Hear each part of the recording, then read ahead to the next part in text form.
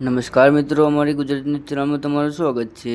મિત્રો, અત્યારે સૌથી મોટી અને દુઃખદ ખબર સામે આવી જ રહી છે.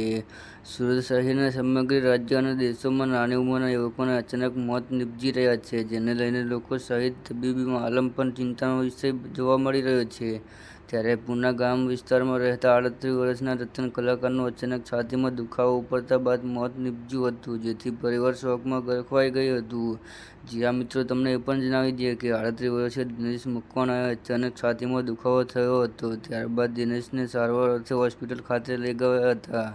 જોકે હોસ્પિટલમાં તબીબોએ સારવાર મળે તે પહેલાં જ તબીબે રતન કલાકારને મૃત જાહેર કર્યો હતો. જ્યાં મિત્રો તમને એ પણ જણાવી દઈએ કે રતન કલાકારે દિનેશ કોઈ પણ ગંભીર બીમારી ન હતી.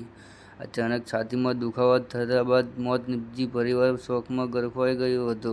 હાલ પૂના પોલીસ મૃતદેહને પીએમ અર્થ મોકલી કાર્યવાહી હાથ ધરી છે. જોકે મોતનું સાચું કારણ જાણવા માટે પીએમ રિપોર્ટ બાદ જ યોગ્ય કારણ બહાર આવશે. જી હા મિત્રો, તો આ હતા આજના તાજા સમાચાર અને અમારી ચેનલ પર નવા તો લાઇક, શેર અને સબસ્ક્રાઈબ કરી દેજો. ધન્યવાદ.